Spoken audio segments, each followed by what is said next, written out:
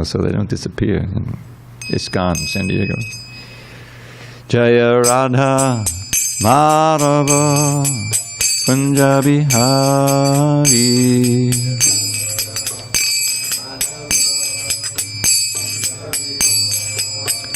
Jaya Radha Madhava Punjabi Hari.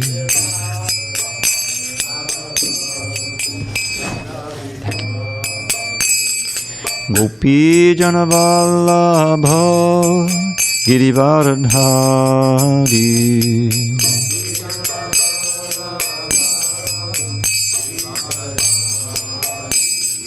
Gopi Jana Vallabha Girivardhari.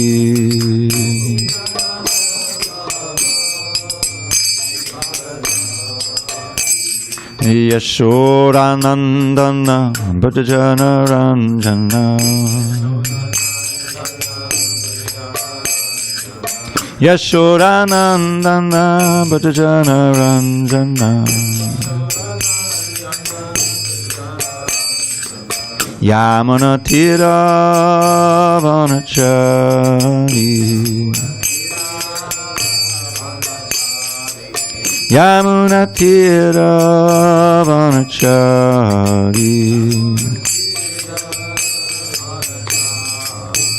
Jaya Radha Madhava Punjabi Hari.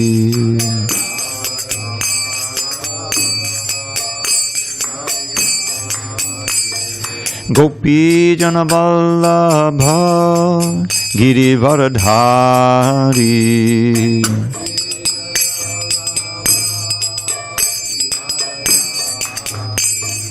Gopi Jana Vallabha Girivardhari.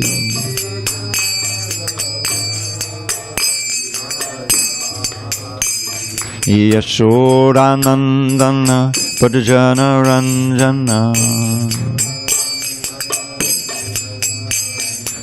Yashodanandana Bhajana Ranjana. Yamuna Tira Vanachari. Yamuna Tira Vanachari.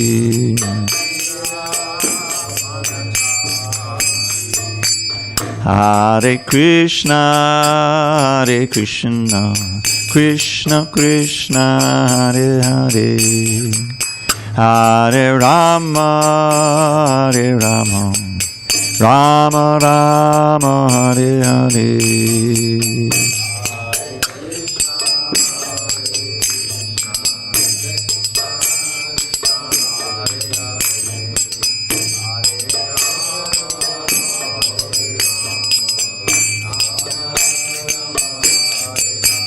Hare Krishna, Hare Krishna, Krishna Krishna, Hare Hare, Hare Rama, Hare Rama, Rama Rama, Hare Hare,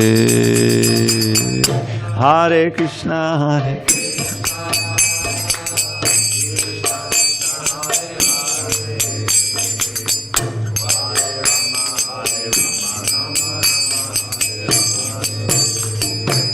Jaya Radha Madhava Punjabi Hari.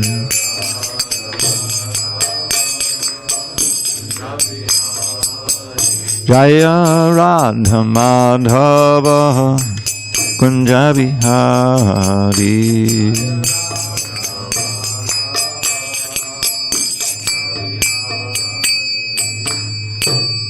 Jai Vishnupad Paramahansa Parudikacharya Ashtottara Shri Srimad, His Divine Grace Srila A.C. Bhakti Vedanta Swami Prabhupada Ki Jai. ISKCON BBT Founder Acharya Srila Prabhupada Ki Jai. Jai Om Vishnupad Paramahansa Parudikacharya Ashtottara Shri Srimad, His Divine Grace Srila Bhakti Siddhanta Saraswati Thakur Ki Jai. Ananta Koti Vaishnava Ki Jai. Namacharya Srila Haridas Thakur Ki Jai. Grantaraj Srimad Bhagavatam ki jai, Samaveta Bhakta Vrinda ki jai. All glories to the assembled devotees. All glories to the assembled devotees. All glories to the assembled devotees. All glories to Shri Guru and Gauranga. Narayanam Namaskritya Narang Chaiva Narottamam Devim Saraswatim Vyasam Tato Jayamudiriye. Before reciting the Srimad Bhagavatam, which is our very means of conquest, we should offer our respectful obeisances unto Lord Narayan, the Supreme Personality of Godhead, unto Narayan Rishi, the supermost human being, unto Mother Saraswati, the goddess of learning, unto Srila Vyasadeva, the author, and unto Srila Prabhupada, the translator, commentator, and our spiritual master. Nashtaprayesha Bhadreshu Nityam Bhagavata Sevaya Bhagavad-gita Shloke Bhakti Bhavati Naishtiki. By regular attendance in classes on Srimad Bhagavatam and by rendering devotional service to the pure devotee, all that is inauspicious within the heart is destroyed almost to nil, and loving devotion to the Supreme Lord, who is glorified in transcendental songs, is established as an irrevocable fact. Om Namo Bhagavate Vasudevaya. Om Namo Bhagavate Vasudevaya. Om Namo Bhagavate Vasudevaya. On its 31st day of October 2022 in San Diego, we're reading from Srimad Bhagavatam, translation and commentary by His Divine Grace A.C. Bhaktivedanta Swami Prabhupada. And we are in Canto 6, Prescribed Duties for Mankind. Chapter 1, the history of the life of a Jamil. Text number 53. Nahi kaschit chanam api jatu tishtati akarma krit karyate yavashak karma gunai swabhavikaya balat. Nahi kaschit chanamapi jatu tishtati karma krit karyate yavashak karma gunai swabhavikaya balat.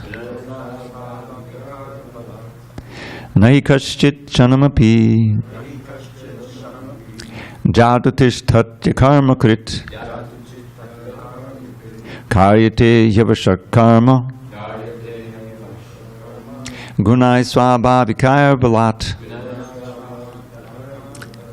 Nahi kaschit chanamapi jatu tishtati karma krit karyate yavashak karma gunai swabhavikaya balat. Nahi kaschit janamapi jatu tishtati karma krit karyate yavashak karma gunai swabhavikaya balat. Nahi kaschit janamapi jatu tishtati karma krit karyate yavashak karma gunai swabhavikaya balat. Anyone else? You want to try? Go ahead, Daniel. Nahi kaschit shanamapi jatu tishtati karma krit karyate yavashak karma gunai swabhavikaya balat. Tyler. Nahi kaschit chanamapi jatu tishtati karma krit karyate yavashak karma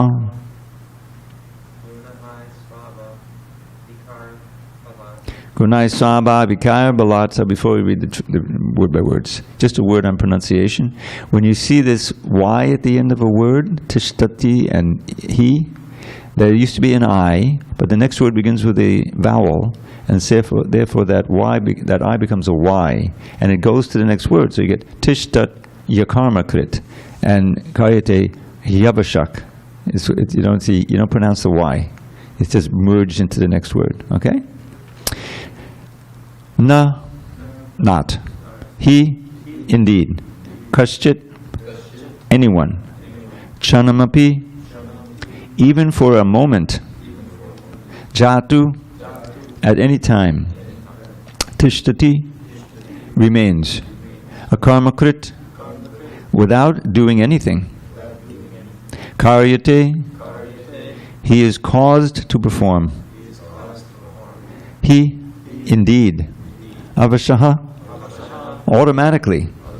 Karma, fruit of activities.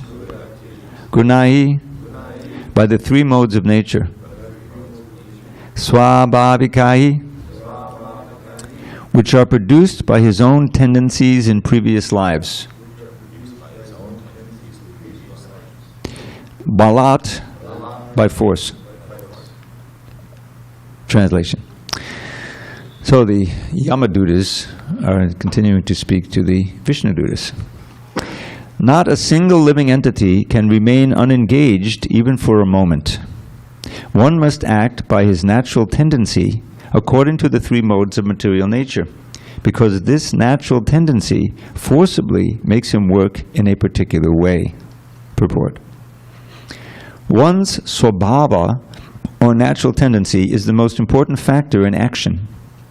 One's natural tendency is to serve because a living entity is an eternal servant of God.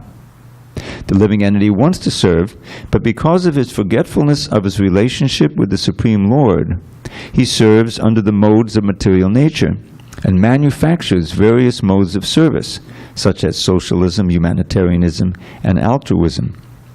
However, one should be enlightened in the tenets of the Bhagavad-gita and accept the instruction of the Supreme Personality of Godhead that one give up all natural tendencies for material service under different names and take to the service of the Lord.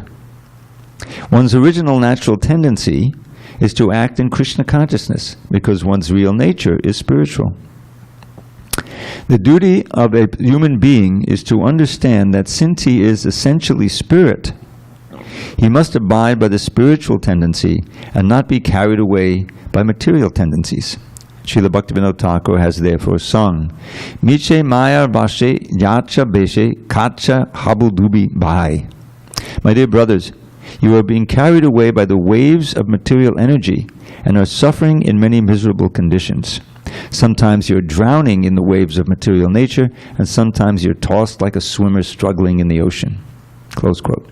As confirmed by Bhaktivinoda Thakur, this tendency to be battered by the waves of Maya can be changed to one's original natural tendency, which is spiritual.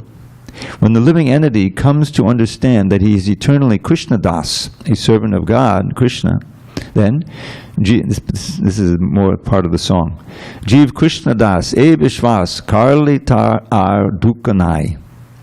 If instead of serving Maya under different names, one turns his service attitude toward the Supreme Lord, he is then safe, and there is no more difficulty. If one returns to his original natural tendency in the human form of life by understanding the perfect knowledge given by Krishna himself in the Vedic literature, one's life is successful. Om Jnana Timidandasya Jnanandana Shalakya Chakshu Unmidatamena Tasmai Shri Gurave Namaha. I was born in the darkest of ignorance, but my spiritual master Srila Prabhupada opened my eyes with the torchlight of knowledge. I offer my humble obeisance unto him and all members of Shri Parampara. So, those who are familiar with the Bhagavad-gita may recognize this verse. 3 of the lines is identical, which is rare, to a verse in the 3rd chapter, which I'm going to read. Nahi chastit chanamapi, jatu tishtati karmakit. Karyate vishak karma, sarvak prakati jaya gunai. It's a little different last line.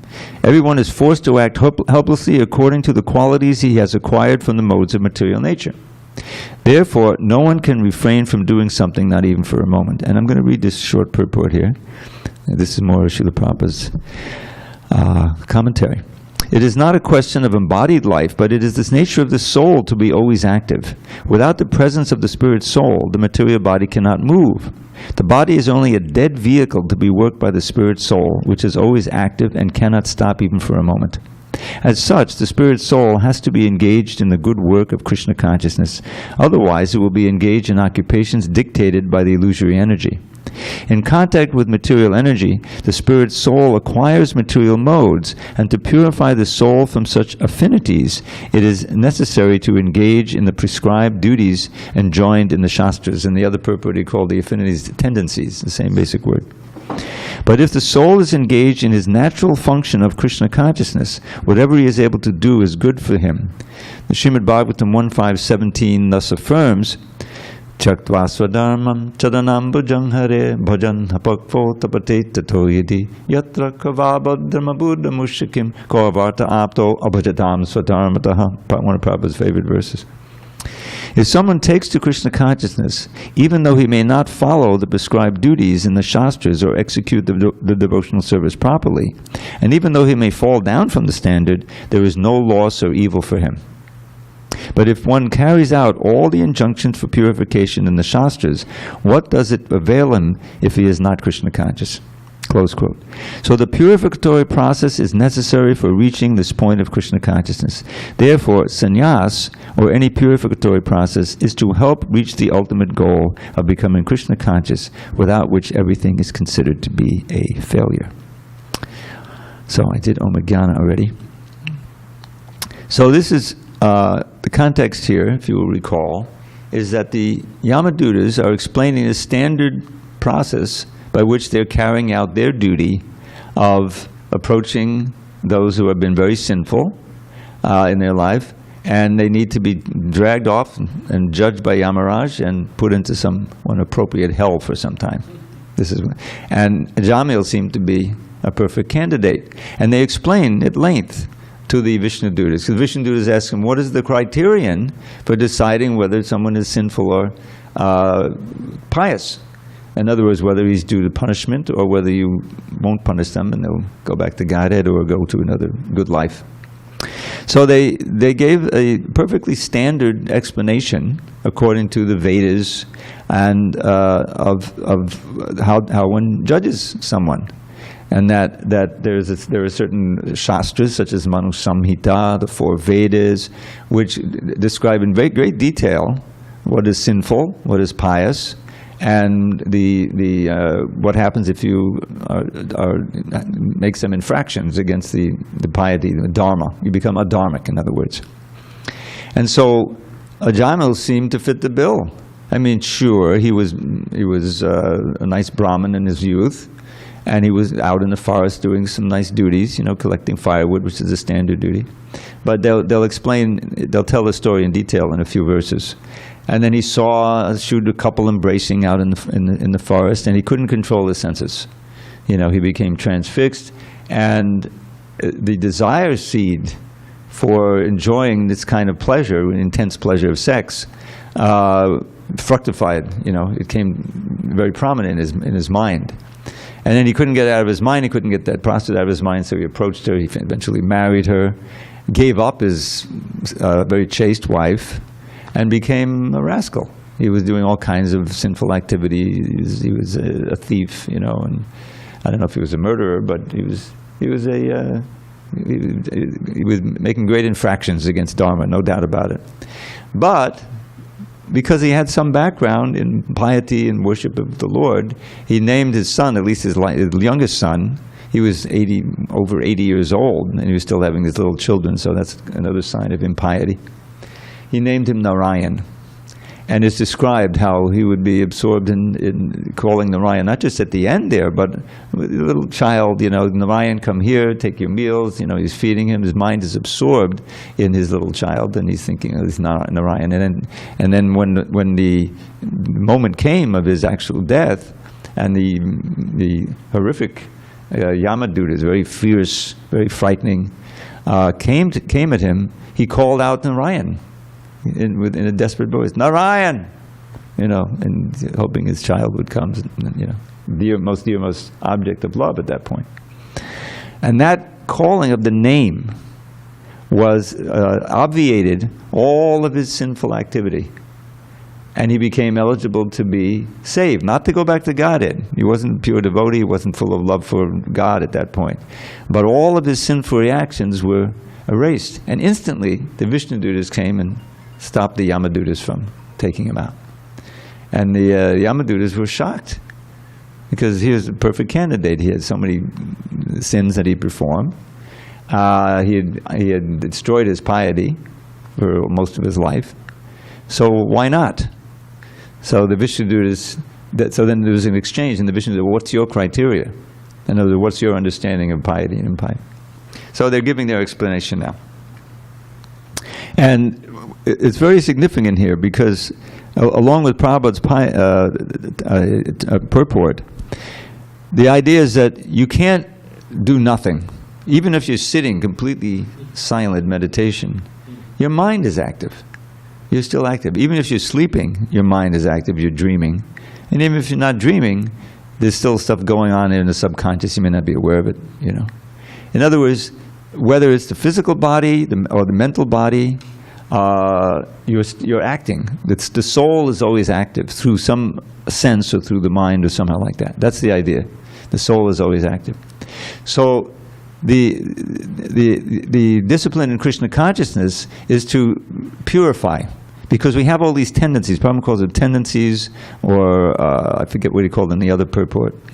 But the idea is that we're conditioned, we're diseased, we're in a diseased condition of life. We've been infected by these modes of nature, and we serve them. We serve the dictates of they work through the senses. This is the eyes, and if you're in the mode of ignorance, you're always looking, for something you can exploit. Maybe you can steal something, some horrible food you can eat, or then, oh, it's tired, let's just sleep, and you want to sleep for a long time, But you're serving that mode of nature as it's working through your senses. And these we are I remember again in the so what causes you to develop these tendencies? Because nothing is static. Even if you're in the mode of ignorance, if you meet a devotee and you read a small book or whatever you may read, you may get the idea, because you're a human being, they say, well, maybe I can get out of it, because people in the mode of ignorance, they suffer even more. The depression, the addiction, homelessness because they don't want to work or they can't, not qualified. It's a very difficult situation. So, but that association with Srila Prabhupada, with the truth through that book, can spark you, because you're a human being. If you're fortunate, maybe have some background in a previous life of some contact with devotees or service, then you'll search out. How can I pursue this? This sounds hopeful. And you may come to the temple or get another book, and you can become completely purified. I mean, the devotees in the Krishna consciousness movement come from all kinds of backgrounds. I was just reading, I think I mentioned this before, another book came out that was sent to me, Bhakti from the prison ministry. Forbidden Voices. It's mostly compiled by Chandramali Swami, of the writings of these prisoners who got a book, started chanting, started getting letters, correspondence with devotees, Chandrasekhar, Bhakti, other devotees writing. And their lives was transformed, even in the prison. And the first thing you understand, is that we're already in a prison. This is a prison, And that's why it's called the realm of Durga. Durga means you can't go. She's like the prison, warden. Thankless task. But Krishna is not, he doesn't take pleasure, he doesn't want to see us suffering. Even though we must suffer due to our sinful activities, it's temporary. It may last a long time or seem to last a long time, but ultimately we come out of it, come into another form, eventually come back to the human form. And in the human form, we have the opportunity of breaking free from the modes of nature. gradually through the process of bhakti, moving to the mode of goodness, and in the mode of goodness performing activities of Krishna consciousness, centering on, especially in this age, the chanting of the holy name. And when you think about it, the whole thing, whether we become degraded or we become exalted, depends on the sangha, association. This Jamil had good association until he had bad association. And he couldn't control his senses. Instead of closing his eyes, chanting Hare Krishna and running away, from this horrible scene, he became transfixed. It implanted a desire in his heart, which he then couldn't control, even with all of his training, Brahminical training, and he became degraded for his whole life. But he wasn't condemned because he had the good fortune of chanting Narayan at the end of life, even though he may not have been chanting original Narayan, but some say then at that point he remembered the Narayan, But the sound itself, the name itself, is so potent that it saved him. And then he had more work to do. Then he took sannyas, went off to the Himalayas, completed his purification, and then the same Vishnu Devas came down. We'll see it read on in an airplane, Vaikuntha airplane, and took him back to Guided. So he published the book way back, because Srila Prabhupada, historically, this sixth canto was in production. If you know, there's that famous pastime where it said Narayan, Narayan, Narayan. They were reading from the manuscript. Prabhupada originally said that because in the purport there's a mention of three things, and he would say, but then when he heard it in the lecture, it says three times. Yes, Prabhupada says it. Oh, once is enough. Once is sufficient. He just chanted Narayan. He didn't chant the name Narayan. He uttered the name Narayan. Chanting means to repeat. Anyway, so what the Yamadutas don't understand at this point is that Krishna's mercy manifests in many ways, and especially in this age. Of course, this is taking place in a different age, but still the holy name is just as poignant, as potent. But in this age, it has a special prominence because of Lord Krishna's advent as Lord Chaitanya, and his establishing this Yuga Dharma. It is Hare Nama, Hare Nama, Hare Nama eva kevalam, kalau nasteva, nasteva, nasteva gataranyata. That in this age, there's no other way but the chanting of the holy name. For what? To reach the goal. The goal should be, first of all, we have to find out who we are, why are we suffering, what's the way out of it. And we have to inquire from the right source. And Srila Prabhupada gave us the opportunity to do that by making himself available, making the books available, his representatives available, with the teachings as they are, not distorted for any material reason, And so, what do we learn from this verse? Well, that every one of our activities, we can't stop acting. You can't just do Krishna consciousness part-time and expect to get the result. It's always auspicious, any little bit you do, no doubt about it. But if you really aim to try to achieve the goal, even in this life, which is possible, Prabhupada encouraged us to do that, then we need a complete, thorough program for every waking moment of our life. Where there's a Krishna conscious thing to do and there's a non-Krishna conscious thing to do, and we know which is which, and we choose the Krishna consciousness.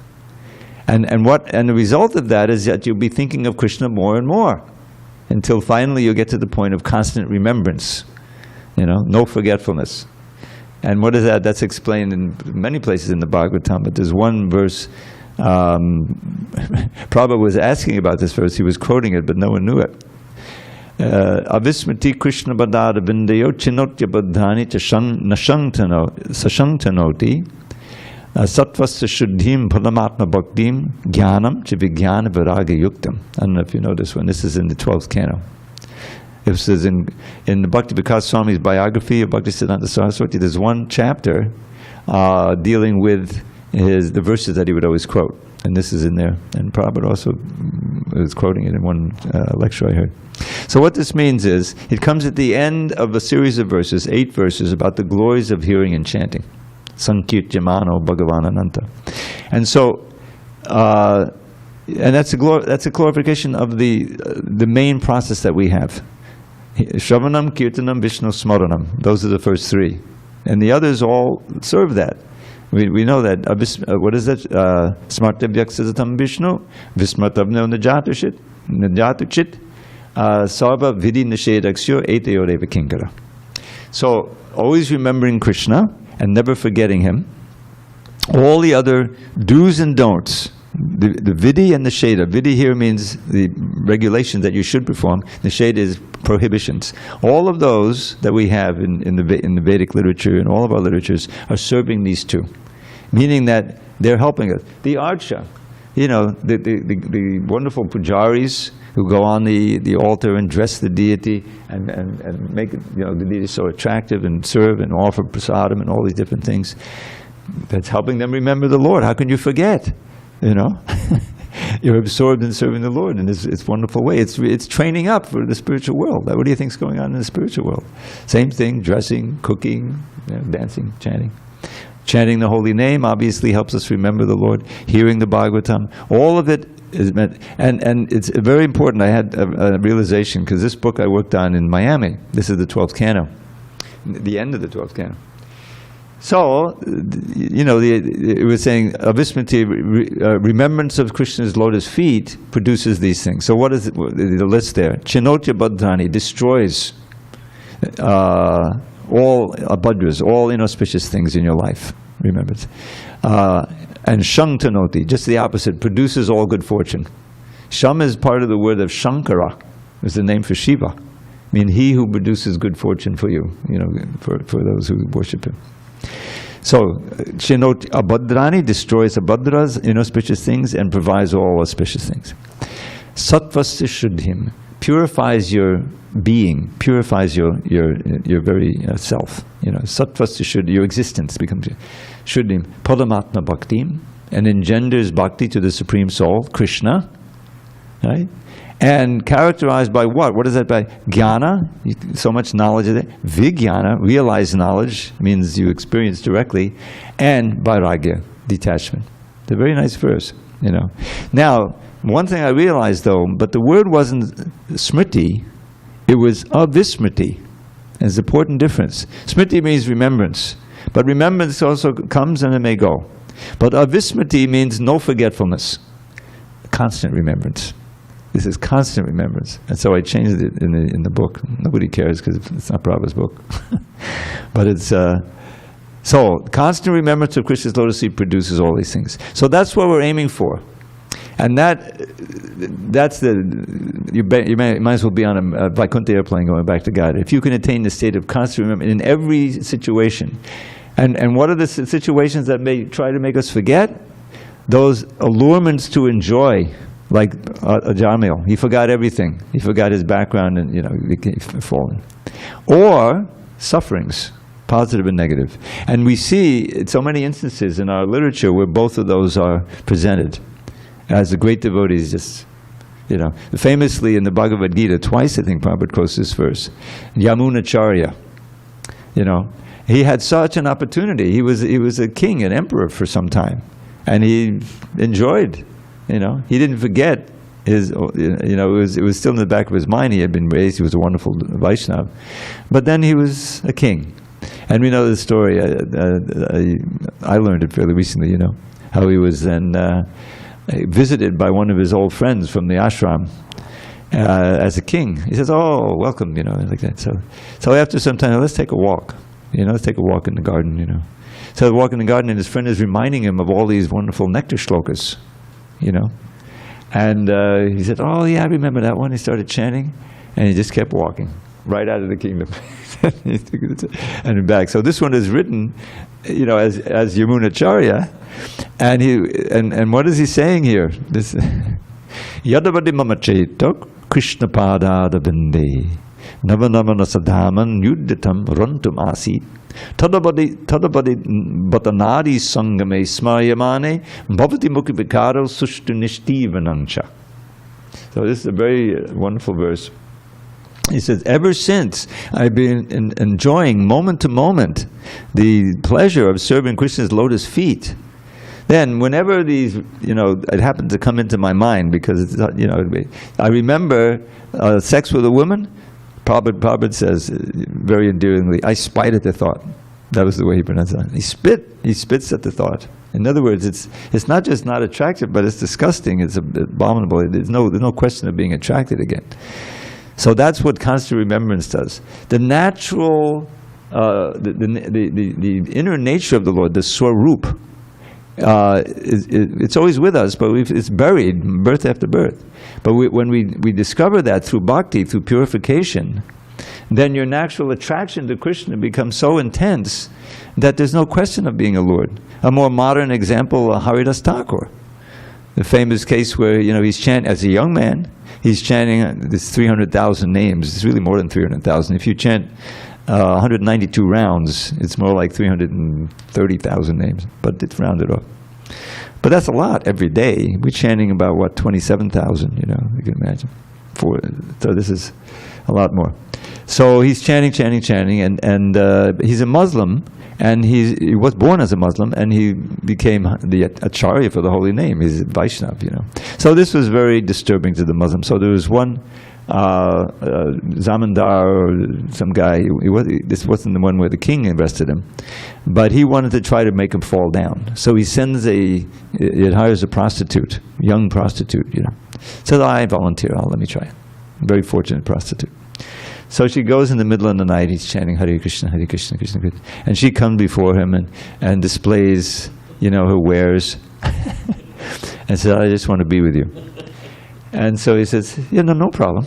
No problem. You just sit. I got to finish my rounds, though. I took a vow to chant 1,000,000 rounds this month. You think that 300,000 a day times 30 days in a month is about 1,000,000 names. Or maybe 10 million names, sorry. Whatever it is, he said, I just have to finish, so just be patient. So he says, oh, that sounds good. So she's waiting there, hearing him chant, and he's chanting, Hare Krishna, Hare Krishna. Rounds don't end. The sun comes up. So she sees the sun, she leaves, So I forgot, Ramchandra Khan, I think his name is. Well, what happened? What happened? She says, well, he was chanting his rounds, but tomorrow it'll happen, He says, well, we'll be there, right there. As soon as you have sex with him, then we'll come and arrest him and, call him a faker, He said, no, let me be with him one time and then I'll come, She says. So then she comes the next night, Hare Krishna, Hare Krishna, it's chanting. He says, oh, I'm so sorry, I couldn't finish last night, but surely tonight I'll finish. So you just wait.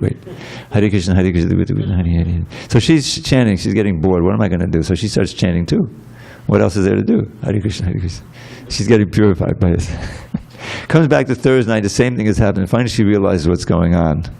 She said, okay, so she bowed down. Oh, I please forgive me, I was hired by this guy, but I said, don't worry, I knew exactly what was going on from the beginning. I just stayed here to save you. So you just keep chanting, so she surrendered to me. So you chant, give everything you have to the Brahmins, you set yourself up here, I'll give you this Vajan Kutir, I'll go off, I was going to leave anyway. You can have this place. And you just chant. Don't worry about your food. I'll make sure you get everything. So she did it. She became a famous Vaishnavi. People would come with bags of rice and everything, and she became famous. So this is Haridas Thakur. He's able to completely ignore, to shine off any allurement. And then the other side he also showed, and that is the beatings. He was arrested. This was by the Qazi, So there's something you utter from the Quran to say, to get back in good graces with Allah.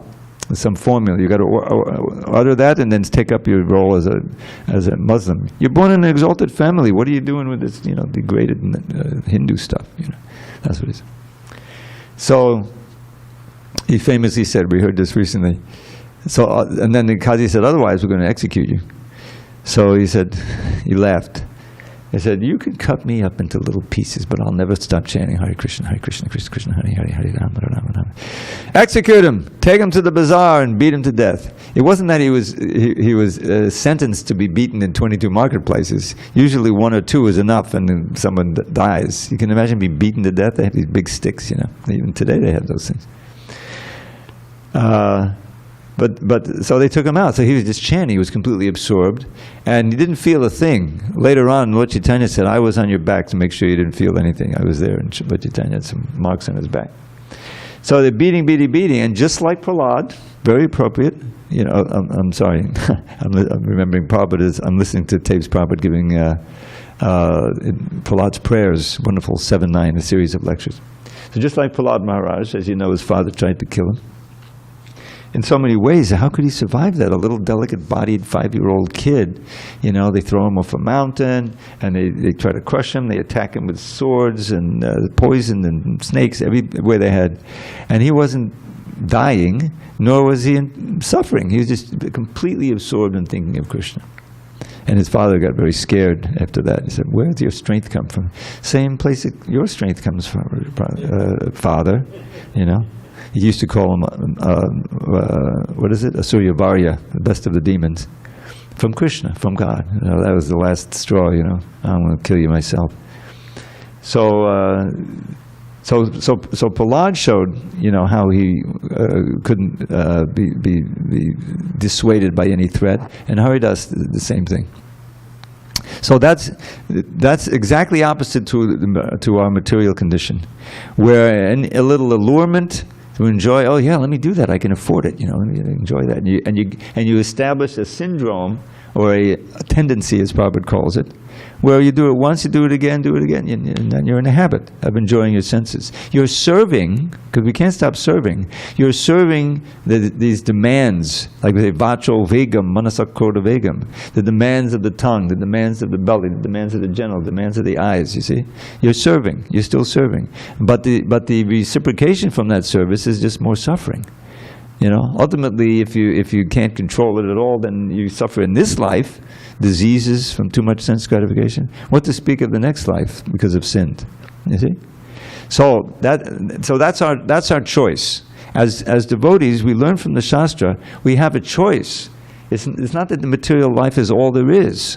You know, it's that there is material life, and it's a life. It's meant for suffering. But because we're human beings, we can use our higher intelligence to say to the senses, "No, I'm not going to engage you in this way. I'm engaging you in this way."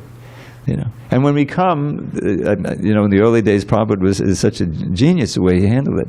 You give the chanting, which is, you know, it's a musical event. Anyone can participate. There's no restriction, and people get involved. If nothing else, they hear, clap their hands. Maybe after a little while, they chant, and it's so purifying that it opens up something in your heart, and you become more receptive to the message. And Prabhupada would then preach, and then more chanting, and then eating. Everyone is open to nice food. Prabhupada was such a great cook, so you'd have that. So you become attached to that, and that's also purifying. And in this way, you're on your way. And if you read and you understand, okay, I got to get serious, and you start, you know, getting beads like that. So this is the most auspicious movement. This is it, where you can actually purify yourselves of all these tendencies that have been keeping us bound to suffering life after life for millions of lifetimes. So that will come out when the Vishnu Dutas explain. And the Yamadutas hear from Yamaraj, and he sets them straight. He says, "Whatever you do, don't approach anyone who's chanting the name of God." You know, he doesn't want to commit an offense because they're pious. So this verse says that the ideal is that everything we do, at every moment during the waking hours, we can say, "Well, this is part of my service." You know, and you'll find that if you're not doing that, then you're forgetting Krishna, or you're forgetting Krishna, and then you get bewildered, right, in your life. So that remembrance of Krishna, that's why we're enjoying chant as much as possible. Chant your rounds, but even when you're doing this or that service, you know, you're washing the pots or going, you know. Now, the greatest service is directly preaching of Prabhupada's books, because I mean, you can give a much better explanation, but if you're Krishna conscious, then you can get some potency. You're dredging your mind. Well, what can I present? How can I present the books in such a way that people will take?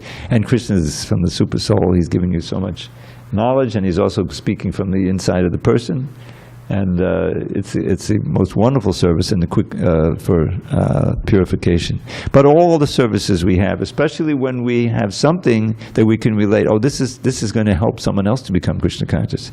We have the lounge, but even cleaning the temple, preparing the food, dressing the deities. This is also part of the preaching mission. If someone becomes attracted, right, and they visit the temple and they see the deities, and the deities are dressed so beautifully and everything is clean, that in itself is preaching. It's helping someone else become devotees. And so we know from the Bhagavad-gita that no one is more dear to me than one who is teaching my message, is helping me.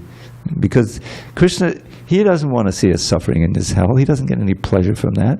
This is just part of what he set up. Saul, you with us? Haribol. And so it's all temporary. We always get another chance. And when someone comes to be a human being, it's a rare soul who can take a book and benefit from it. You know, the cats and the dogs, it's very difficult to help them. But that happens too. We had a cat here for years. They gave him a name, Narada Muni. I said, you can't give a cat a name. But it was too late. And he was addicted to kheer. I mean, it's a milk product, you know. I remember I would put a couple of, teaspoons in a leaf, and they would come, and he was here for years. He would come all the time. Very fortunate cat. But we can do that for the cats, and the fortunate foliage that's here. Come on, this fig tree serving the deity. This tree, flower tree here for years has been here. That soul is jumping up, to human form. Is going to be the next one. It'll be a Bhakti here someday. Hare Krishna. All right, so we've gone over time a little bit. So, does anyone have any questions or comments on any of these points? HG Dravida, Hare Krishna. Nice class. We're moving along this nice pastime really well. I'm really looking forward to hear the. Keep it close. Yeah. Close. There's just so many parts to this. It's going to be really great to hear when the Yamadutas wrap up, and then Vishnudutas and Dharmaraj. So we have a couple hummingbirds now that come around. We have a little feeder. So you listen close, they'll be chanting the holy name. Maybe. Yeah, that's good. Yeah, so it's nice to see some wildlife here. Because the foliage is so nice, but it's good that it can attract some wildlife. So it's my question's two-part, and because you mentioned that the Yamadutas, they take the soul to these material planets for hellish punishment, right? Well, they take them to Yamaraj, and Yamaraj makes a judgment just where they're going to go. So they're temporarily going to this place that they're not transcendently connected with. They're going to a material hellish planet in throughout their time. So I'm assuming that the inverse is true, that the material heavenly planets, we go there, we're not transcendently connected to it, but we're serving out our time enjoying there. Yeah. So the two-part question is there a judge that places us into the correct heavenly planet? And then also, when we go to the spiritual world, we don't have to come back. There's grades of spiritual planets, right? Vaikuntha, Ayodhya, Mathura, and then Vrindavan. Well, if you're going to go to the spiritual world, you're going to go to the planet that fits your particular, So there's no judgment process? Generally, you don't go up from Vaikuntha, let's go to Goloka. That's what I'm thinking, is because you are transcendently connected to that planet. You have a swarup. In other words, you have an intrinsic form that doesn't change. And if you are more attracted to worshiping the Lord in all His glory and being in the servant mood, you may be very happy in Vaikuntha. Yeah. This going to Goloka Vrindavan and entering into the three upper rasas, the Sakya ras, friendship ras, parental ras, which we meditating, and conjugal rasas, especially for Gaudiya Vaishnava, for those. So having joined this movement, it's not that basically, each one contains the previous ones. Like the servant, the Sakya, the friends of Krishna, are even more dear servants to him than those who are just serving Krishna and seeing him as God. Because it's a little slackening. He likes the intimate relationship even more. And the parents are even better friends. That Krishna always taking care of him. But there's this maintenance idea. Oh, I have to feed him. And then the gopis are the best. They have the best servants, the best friends, the best people, want to take care of him, see, like mothers. And they have that other, conjugal relationship. So once you achieve your Swarup Siddhi, then that means that you're going to your appropriate destination that just fit where you can engage in your rasa eternally with Krishna. And the Vishnu Judas take you there? I'm sorry? The Vishnu Judas take you there? There are many cases where the airplane comes, like Dhruva, they came for Dhruva, and I think they're going to come back. The same Vishnu Judas, they're going to come back for Jamil. Who's it? Tukaram also. Tukaram, a great devotee, contemporary of Lord Chaitanya. And then, then is there like a travel agent in the heavenly planets? We have a judge for the hellish planets, but is it you get there? Do we have someone that says, hey, or do you earn your particular heavenly planet by the pious deeds you do? I'm thinking it's all just math in the material world. So it's like Yanti Deva Vrata Devam. Whoever you worship, you're going to his planet. In other words, you may be attracted to worship Shiva for material benefits, and you can go to Shiva Loka, you can be with Shiva. But it's temporary. You come back again. That's the problem. Eventually, you will run out of your piety. It's not a permanent solution. So we're. I had a question, but you asked. Oh yes, sir. You asked it. So, and I don't think we have a Zoom going on anymore. So, unless Vijay Krishna is there. Yes, I'm here. Oh, you're there. Okay, well, make yourself known. All right, you're on. Yes. Dravida Prabhu, thank you very much. You're very kind. Dandavat Pranams Prabhu. In the purport? In the purport, yes. And you are the editor, so I will give you the quote. I assume it's the purport in the Bhagavatam. In the Bhagavatam, text 53, the text you chose for today. Yes. So, in the purport, the last sentence of the purport, quote, if one returns to his original natural tendency in the human form of life by understanding the perfect knowledge given by Krishna himself in the Vedic literature, one's life is successful, end quote. So, based on this quote, my question is, why is it that only in the human form of life can we understand our spiritual identity as spiritual souls? Why can't an animal do the same? Well, it's a matter of the intelligence. The intelligence. The animal doesn't have the intelligence to contemplate these things. Who am I? What do you mean, who am I? I'm a dog. Bow wow. That's it. He's too absorbed in the lower modes, and he doesn't have the brain power. It's not given to him. Everything is given to him so he can act like a dog, because that was his destiny. Now, it's not that dogs can't be benefited. I mean, there were so many stories. There was a dog in New Vrindavan, and he would come to Mangalartik every day. Not in the temple, but he'd put his paws up on the windowsill and he'd hear, and when it's over, he would leave. It wasn't an accident. It wasn't so that they can benefit to a certain degree, but it's rare that they go back to Gadar, although there is that dog that Lord Chaitanya sent back to Gadar. So it can happen. But the human beings, because of the intelligence, you can ask these important questions.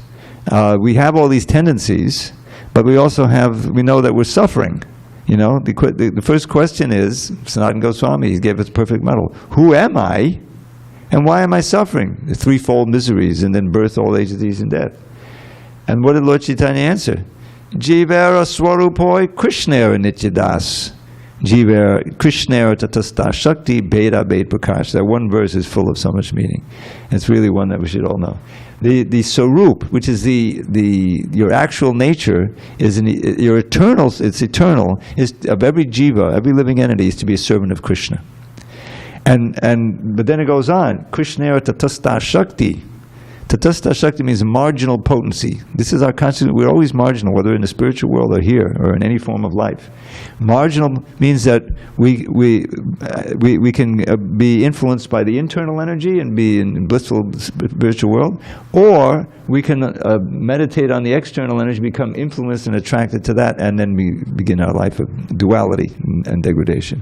So that's marginal, just like the part of the beach that's sometimes covered by water, sometimes not.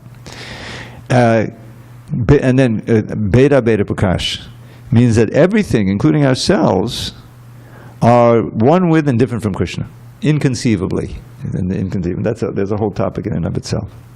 But that question has to arise. It can't arise in the mind of the animals. They're not eligible to do that. But their benefit is they don't have any karma. They're not going to get dragged off to Yamaraj. Their punishment is being in the animal life, then coming up slowly till they get to the human form. And the human form is a boat to cross over this ocean of birth and death. And we'll end with this because this famous verse: Nrideham adyam sulabam sudurlabam plabam sukopam gurukanadaram mayanukuryena nabasviteritam puman bhavadim natare saatmaha. So the human form of life is this boat to cross over the ocean of birth and death. And it's a wonderful play of words. Sulabam, sudurlabam. These are opposite words. Sulabam means easy to get, and sulabam means difficult to get. Well, how could it be that? Well, sulabam here means you automatically get it. You automatically come up. Every living entity eventually comes to the human form of gift. If you misuse it, down you go again. And sudurlabam means rare. There's only, 7.5 billion of us compared to the insects? Very minute. It's rare. So, it's a good boat to cross over. But you need a captain. Who's the captain? The qualified guru, spiritual master. But you also need a sailboat. You need a favorable winds. I provided the favorable winds. Maya anukulyena. Anukul means favorable. Nabasviteritam, in the form of the Vedas, in the form of the Bhagavatam, Gita, and all the books Prabhupada gave us as they are. So one who doesn't cross over that boat, that ocean, with all of this facility, is atmaha, is a veritable committing spiritual suicide. So that's the answer to your question. Krishna gives it. The human form is the chance, and the lower forms is not possible because you don't have the intelligence to question and to resist the pushing of the senses and everything. It's just it's plugged in. Is that okay, Vijay? Oh, Prabhu, yes. So it's all about. It is a question. It is all about developed consciousness. Yes, exactly. The intelligence. Thank you, Prabhu. Thank you very much. Okay, one more from Daniel, then we'll adjourn. Hare Krishna. Thank you for class. I just have one comment and one question. So my comment is I actually heard Ram Dass was speaking on this subject matter about how sometimes animals will be attracted to spirituality. His explanation on this was that animals have a capacity for how much intelligence they can absorb on spiritual life, and if they actually exceed that, they'll die, and they'll take birth in a new body that's suited for it. So that was just a comment. I'm not sure how true it is or if it fits with Vedas, but... Well, not with any Vedas I read.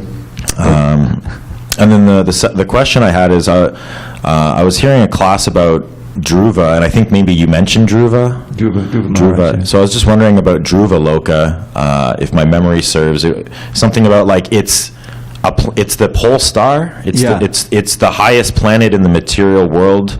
And it's actually a Vaikuntha planet. It's a Vaikuntha world. It's a Vaikuntha planet. So how does that work? Is it because it's not annihilated when Brahman breathes in? Yeah, it's not annihilated. So could you just talk a little bit about that? It's a bit much, it's a big topic, but it's the place where Kshirodaksha Vishnu lies on the ocean of milk, So it's a special planet, and he wanted a kingdom greater than Brahma's. Because that was the impetus for him going into the forest. Now, when he finally saw Vishnu, he said, I don't want anything else, I'm fine. But because he wanted that, first of all, he became the king, he inherited the king. And then when he went back to Godhead, he was on a planet, a special planet of his own, the Vaikuntha planet, that is greater than Lord Brahma's kingdom, which is eventually destroyed, and his isn't. So that's something in Dhruva Loka. And Dhruva Loka is important. I think, if I'm not mistaken, that's where Durvasa was able to go. when he went, it says he went to Vaikuntha. Anyway, it's definitely where Vrikasura went. And I remember reading that. He was another demon who was killed by himself, actually.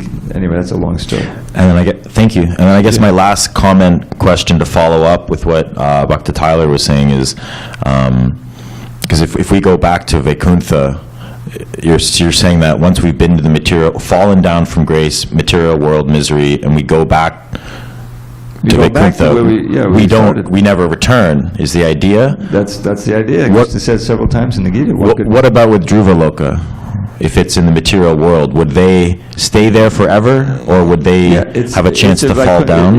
What happens? I have to look that up. What happens to Dhruvaloka when the whole universe is destroyed? It doesn't get destroyed. Right. So I don't know. Does it just merge into the rest of Vaikuntha Lokas? It's a Vaikuntha world. It's not going to get destroyed. There's no anxiety that it's going to be destroyed. So but we don't want to go there. We want to go to Goloka. We want to convert with Krishna in the forest. Goloka Vrindavan, the highest Vaikuntha planet.